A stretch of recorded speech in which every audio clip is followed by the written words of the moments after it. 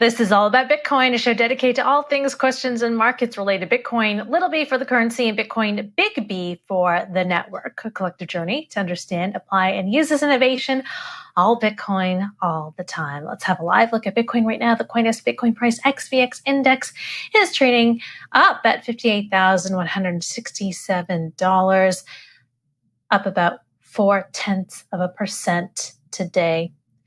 The most reliable reference prices for institutions since 2014 are now published under the CoinDesk brand, trusted globally as the leader in crypto news, events, and data. The chart of the day is brought to you by Crypto.com, the world's fastest growing crypto app. So Bitcoin looking to regain its footing, having reached 5-week lows earlier today in a move market participants say was driven by derivatives. BTC retreating below 55,700 during early European trading hours, its lowest level since October 13th. The earlier drop predominantly driven by traders taking short positions in the perpetual futures market, according to blockchain analytics platform CryptoQuant. CEO Keoun saying, quote, the market sentiment was sell according to the taker buy sell ratio, which you can see at the bottom of this chart circled in red. More people were shorting Bitcoin via market orders. Swiss-based Crypto Finance AG saying they did not see big sellers at all. The move was derivatives driven. Former Secretary of State Hillary Clinton calling cryptocurrencies a destabilizing force at a Bloomberg event may have also triggered selling. Genesis Global Trading further attributing the recent slide from record highs near $69,000 to fears that the finalization of settlement claims against defunct crypto exchange Mt. Gox and the resolution of the ongoing court battle between Ira KLEIMAN and Craig Wright for rights to Satoshi Nakamoto's over 1 million BTC, which may bring selling pressure to the market. Joining me now to discuss BTC price and other Bitcoin news is our weekend review panel with CoinDesk Managing Editor of Technology, Christie Harkin in Toronto, and Managing Editor of Markets, Keoun in Austin. Hi there, Brad and Christie. Hello. Hey, Christine. Always a pleasure seeing you. Happy Friday. So, Brad, a lot of people came to the CoinDesk.com page asking, why is Bitcoin down? There's a lot of things that, I was just thinking about this, just how much news happens in any given week of crypto. I mean, there's just been so many things happening. There was the infrastructure bill passed, signed by President Joe Biden that had the crypto tax provisions. There was the SEC's rejection of the VanEck Bitcoin spot ETF last Friday. There is, there's a story today that Fed Vice Chair Richard Clarida is potentially saying that they might start discuss accelerating, tapering their asset purchases every month. And obviously those asset purchases have been seen as a tailwind for Bitcoin. So that could be a negative. But, other people just saying, the market just, it seems.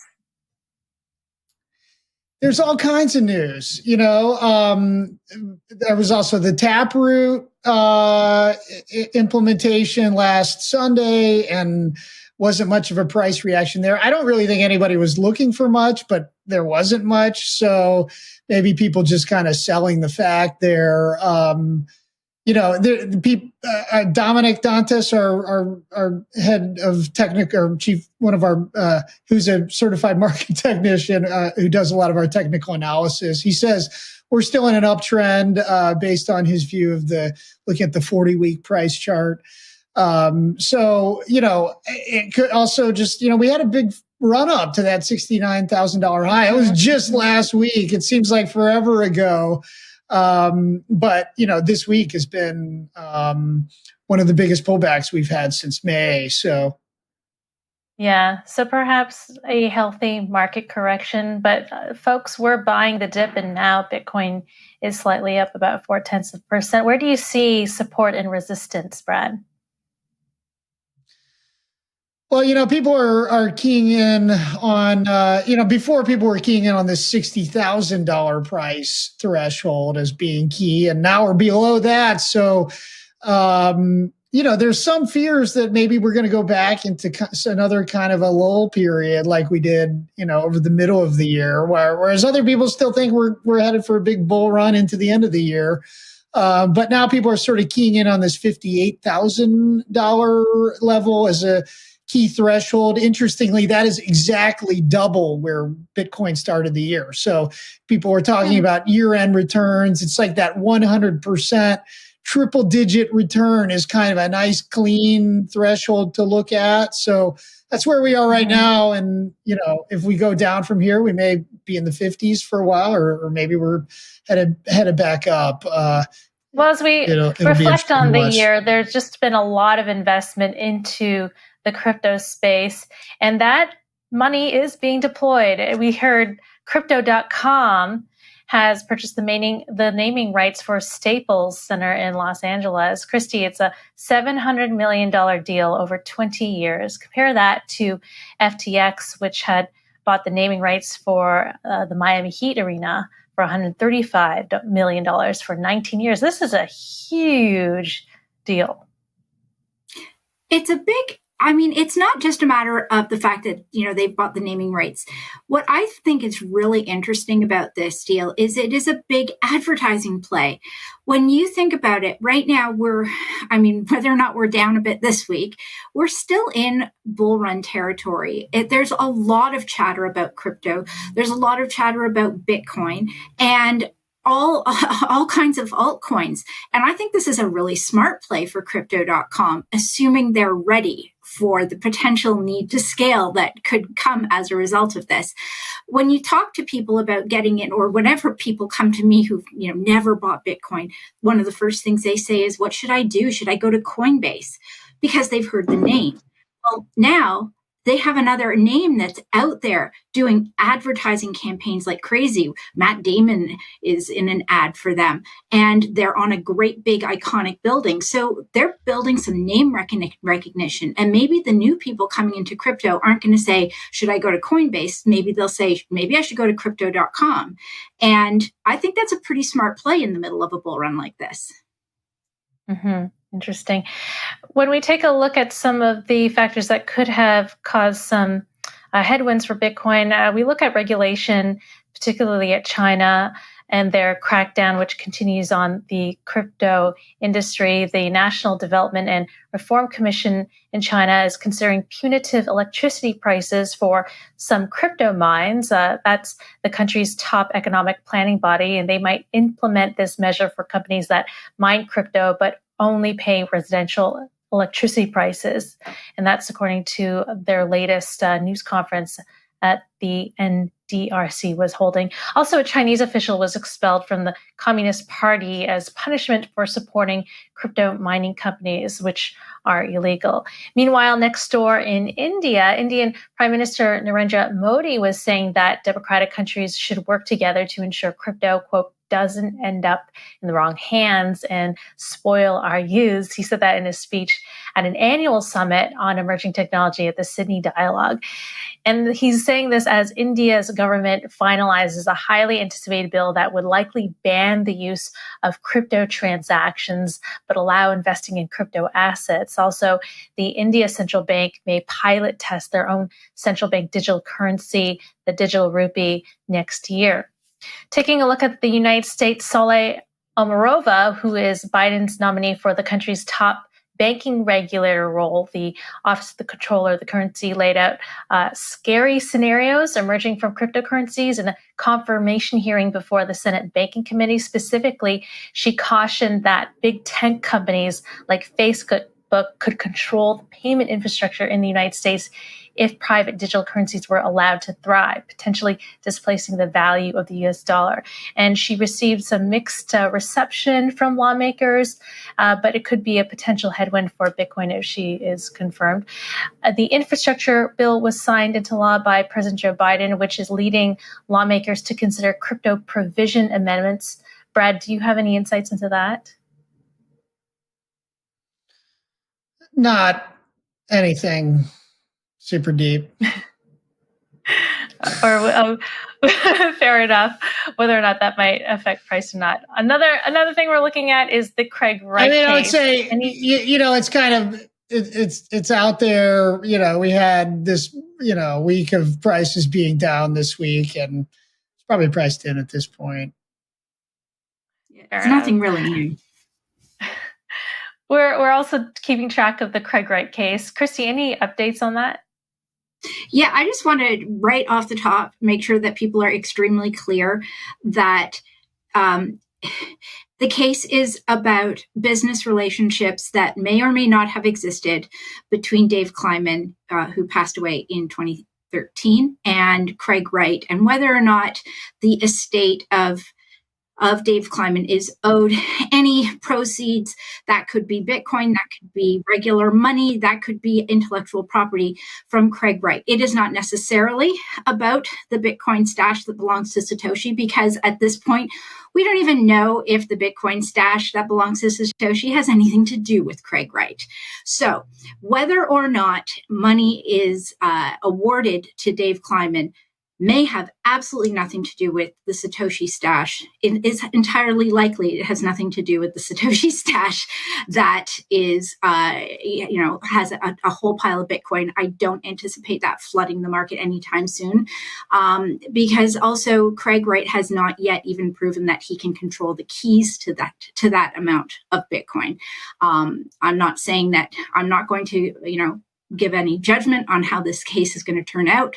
But I am saying that I can't imagine why people would be concerned at this point in the game that suddenly millions and millions of Bitcoin are going to flood the market from that stash.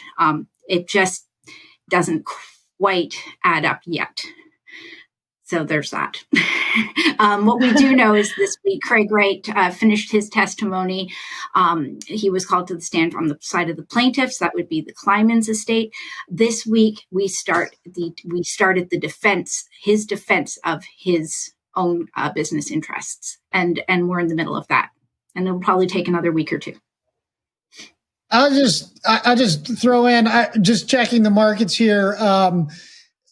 BSV, which is the Bitcoin Satoshi's Vision cryptocurrency, which is, closely associated with Craig Wright and his team. It sold off this week. This was kind of the big hope of a lot of the people in that camp that, Wright would be revealed through this trial to be Satoshi, and this would cause BSV to spike and Bitcoin to crash. And I was just looking this week, BSV's off 13% and Bitcoin's off 11%. So BSV has actually fallen more than Bitcoin this week. So if you use that, obviously there's a lot going on in the Bitcoin market and only one thing going on in the BSV market.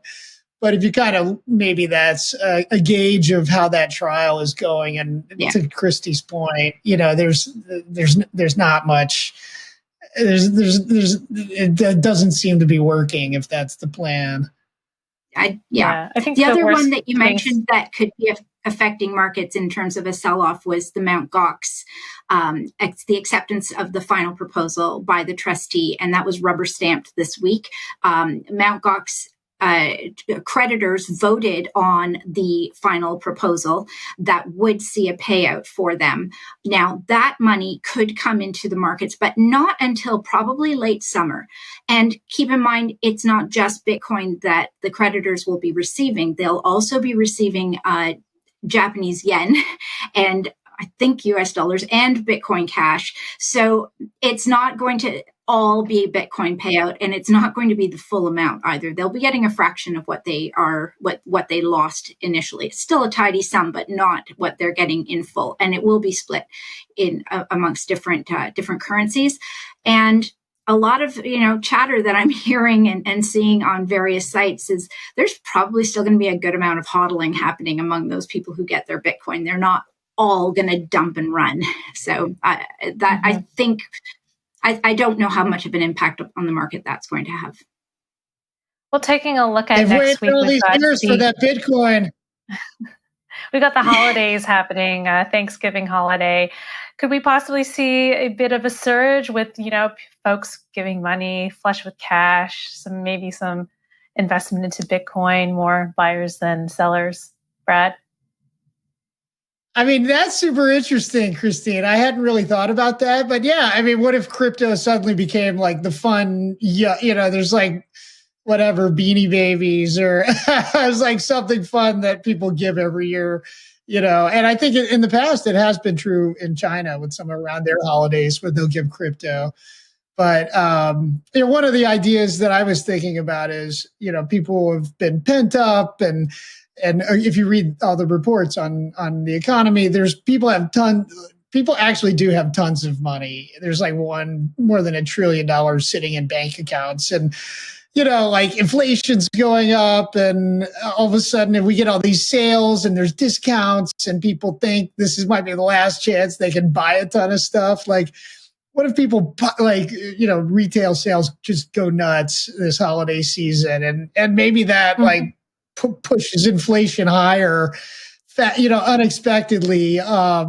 I don't know. I'm just with all the supply chain bottlenecks and everything, if stuff runs out, I was just thinking that could be an interesting dynamic going into the next couple months. Maybe we'll see a Santa Claus rally at the end of the year for Bitcoin and the crypto markets. Christie, last word for you, but we got to wrap up after this. So 30 seconds. What are you looking forward to next week? And I hear Taproot might be among them. Yeah, how Taproot happened. Yes, you'll hear from me about Taproot again. Taproot happened on Sunday. It kicked in at midnight on Sunday morning. And what we're looking at next week is the slow progress, and that's fine because everyone's being careful, but nodes are upgrading, mining pools are upgrading and starting very gradually to mine Taproot transactions. Following that, we'll probably see some wallets getting on board, the exchange is getting on board, but we're all waiting for the nodes to upgrade. So here's the thing. If you've got a node, if you're running a node, go and make sure that your node is upgraded. We all need you to be doing that. And that's my final word.